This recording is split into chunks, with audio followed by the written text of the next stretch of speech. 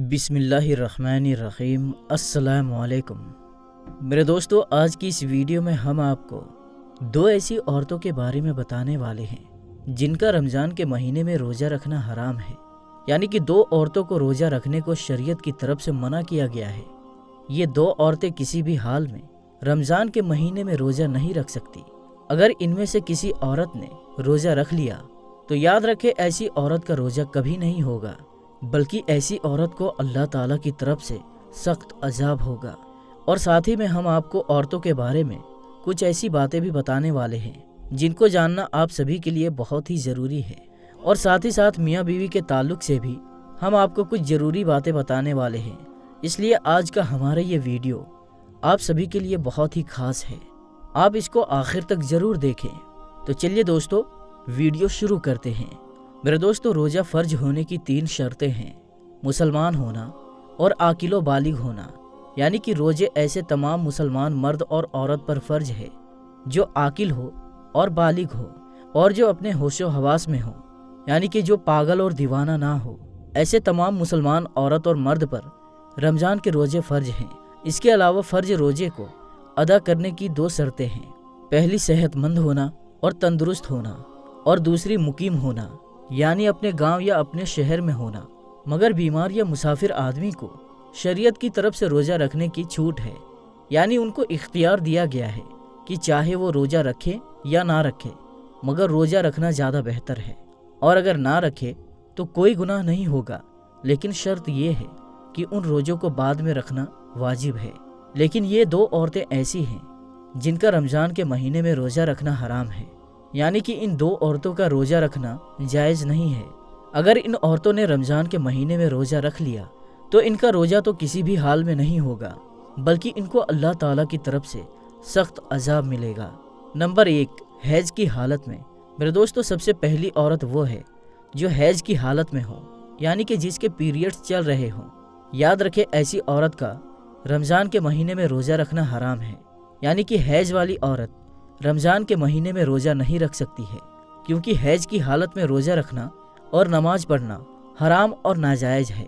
मगर ऐसी औरतें याद रखें, इस वजह से जो नमाजें और रोज़े आपके छूट गए, वो आपको चाहिए कि आप उन छोड़े हुए रोज़ों को बाद में अदा करें। यानी कि जब आप पाक और साफ़ हो जाएं, तो छोड़े हुए रोज़ों को बाद में पूरा करें। लेकिन हैज़ वाली औरत को चाहिए कि वो रमज़ान के महीने में भूल कर भी रोज़ा ना रखें। अगर कोई औरत हैज की हालत में रोज़ा रख लेती है तो याद रखे उसका रोज़ा कबूल नहीं होगा, बल्कि ऐसी औरत को अल्लाह ताला की तरफ से सख्त अजाब होगा।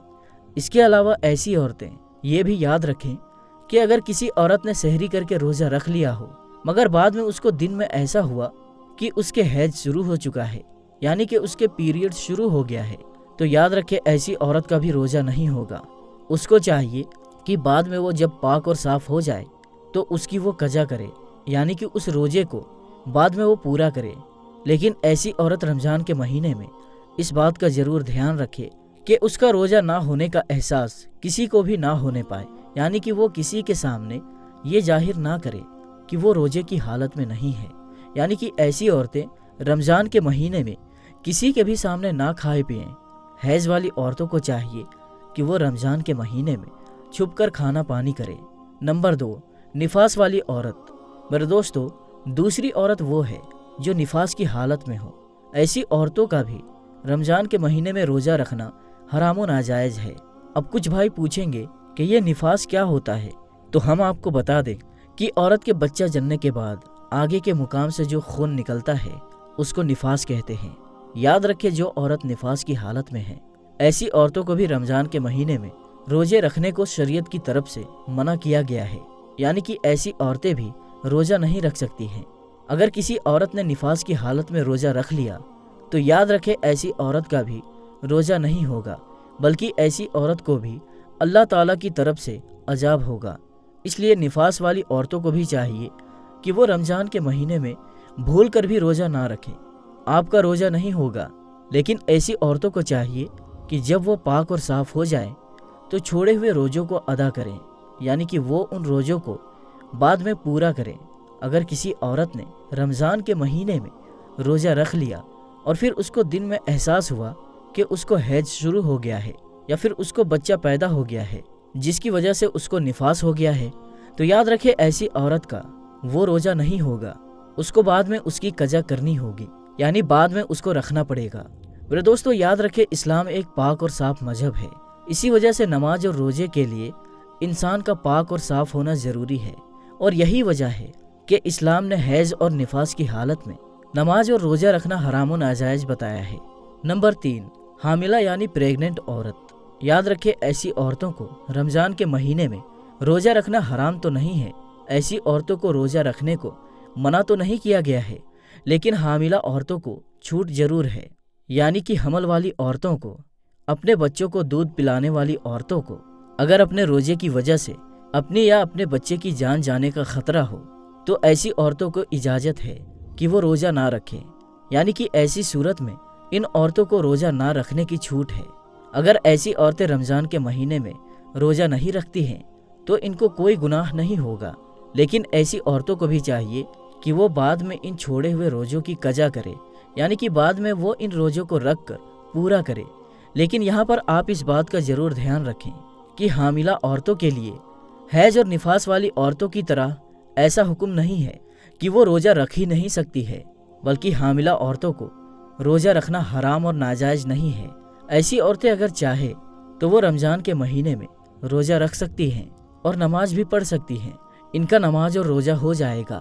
اس کے علاوہ اپنے بچوں کو یا دوسرے بچوں کو دودھ پلانے والی عورتیں بھی اگر کمزوری کی حالت میں ہیں یا پھر روزہ رکھنے کی وجہ سے اپنی یا اپنے بچے کی جان جانے کا خطرہ ہو تو یاد رکھیں ایسی عورتیں بھی رمضان کے مہینے میں روزہ چھوڑ سکتی ہیں، یا پھر اگر کوئی ماہر ڈاکٹر یہ کہہ دے کہ اگر روزہ رکھا تو خود کی یا بچے کی جان کا خطرہ ہو سکتا ہے تو پھر ایسی صورت میں بچوں کو دودھ پلانے والی عورت بھی روزہ چھوڑ سکتی ہے، مگر ایسی عورت کو بھی چاہیے کہ وہ ان چھوڑے ہوئے روزوں کو بعد میں پورا کر لے۔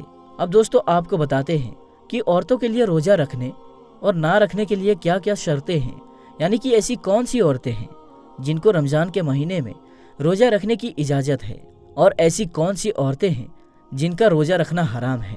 نمبر 1، دوستو اگر کوئی عورت سفر کی حالت میں ہو یا پھر بیماری کی حالت میں ہو یا پھر اپنے بڑھاپے کی وجہ سے اتنی زیادہ کمزور ہو گئی ہو کہ اگر اس نے روزہ رکھ لیا تو اس کی جان جانے کا خطرہ ہو سکتا ہے، تو ایسی عورتوں کے لیے روزہ رکھنے کی چھوٹ ہے، مگر ایسی عورتوں کو چاہیے کہ اگر وہ بعد میں صحت مند اور تندرست ہو جائے تو وہ ان چھوڑے ہوئے روزوں کی قضا کرے، یعنی بعد میں ان چھوڑے ہوئے روزوں کو ادا کرے، اور اگر بعد میں وہ پھر دوبارہ صحت مند نہ ہو سکی تو اسے چاہیے کہ وہ ان چھوڑے ہوئے روزوں کا کفارہ ادا کرے۔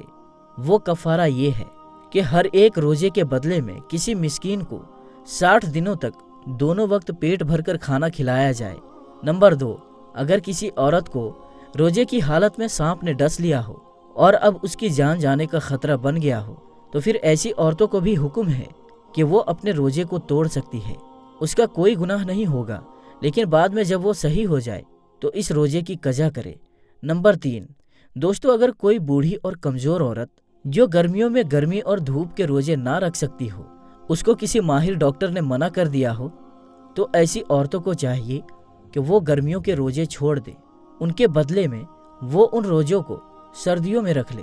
نمبر 4، عورت حیض سے پورے 10 دن اور 10 رات میں فارغ ہو گئی، اب اس کو چاہیے کہ وہ اگلے دن کا روزہ رکھ لے، اور اگر کم دنوں میں پاک ہو گئی اور اگر صبح ہونے میں اتنا وقت باقی ہے کہ اس کے پاس نہا دھو کر تھوڑا وقت بچے گا تو اس کو چاہیے کہ وہ روزہ رکھ لے۔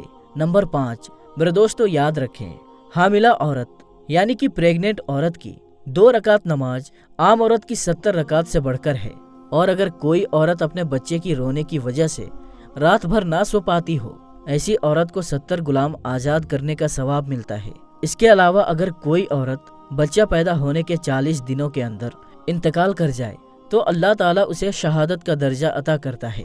نمبر 6، میرے دوستو جو پاک دامن عورت اگر رمضان کے مہینے میں نماز روزے کی پابندی کرے اور اپنے شوہر کی خدمت کرے تو اس کے لیے جنت کے 8 دروازے کھول دیے جاتے ہیں۔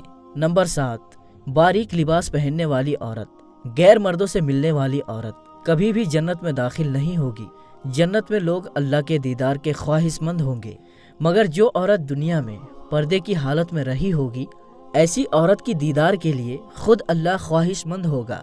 माह रमजान का महीना अब शुरू हो चुका है। ऐसे में बीवी और शौहर के बारे में कई सवाल होते हैं।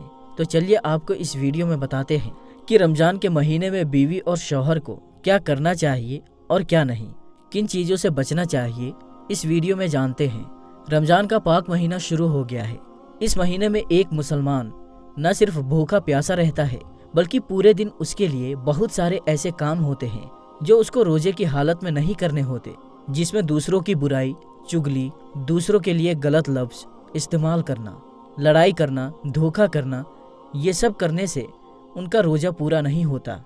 ये पूरा महीना सच्चे दिल से अल्लाह पाक की इबादत के लिए होता है, जिसमें नमाज, कुरान की तिलावत की जाती है। गरीब पड़ोसी और रिश्तेदारों की भी मदद इस महीने में मुसलमान करते हैं। लेकिन जो लोग रोजा रखते हैं उनको कई बातों का खास ख्याल रखना पड़ता है, जिसमें जरा सी भी गलती से रोजा टूट जाता है और लोग गुनाह में शामिल हो जाते हैं। इसमें बीवी और शौहर के रिलेशनशिप को लेकर भी बताया गया है कि रोजे की हालत में मियाँ बीवी को कैसे रहना चाहिए, उनको क्या करना चाहिए और क्या उनके लिए रमजान के दौरान मना है। इसके बारे में डिटेल से बताया गया है। आइए आपको इस वीडियो में बताते हैं कि कौन कौन से काम हैं जो रोजे के दौरान बीवी और शौहर को नहीं करने चाहिए, जिससे उनका रोजा टूट जाएगा और वो गुनाह में शामिल हो जाएंगे, जिससे एक मुस्लिम कपल को बचना चाहिए। तो सबसे पहले बात करते हैं रोजे की हालत में शौहर बीवी का एक दूसरे को किस करना। रोजे की हालत में शौहर बीवी का एक दूसरे को किस करना कैसा है? रोजे की हालत में मियाँ बीवी को किस जायज है? हालांकि आप रमजान में रोजे की हालत में किस करने से बचें तो बेहतर है। हनफी और शाफई मसलक के लोग कहते हैं कि हो सके तो ऐसा मत करो, ये नापसंद नहीं है, हालांकि इससे बचना बेहतर है। इसके अलावा रोजे की हालत में शौहर बीवी का एक दूसरे को टच करना कैसा है? रोजे की हालत में बीवी और शौहर का हाथ से छूना या गले लगना किस करने के बराबर ही है, इससे बचे तो बेहतर है। वही रमजान के दौरान मुसलमानों को अपने शौहर या बीवी के साथ फिजिकल रिलेशन बनाने की इजाज़त है, लेकिन रोजा खोलने के बाद